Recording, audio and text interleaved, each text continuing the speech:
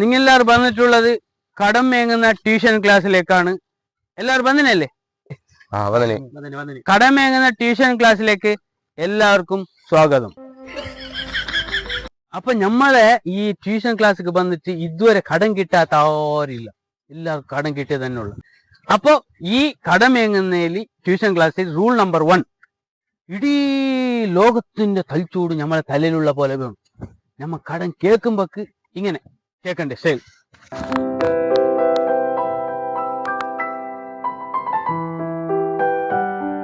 എങ്ങനെ? ഓക്കെ. അപ്പൊ rule number 2, നിങ്ങൾക്ക് 5000 രൂപ കടം വേണമെങ്കിൽ നിങ്ങൾ 5000 രൂപ കേൾക്കുന്ന കാലം 10,000 രൂപ കേൾക്കണം. അപ്പൊ നിങ്ങൾക്ക് 5000 രൂപ കിട്ടുന്നു.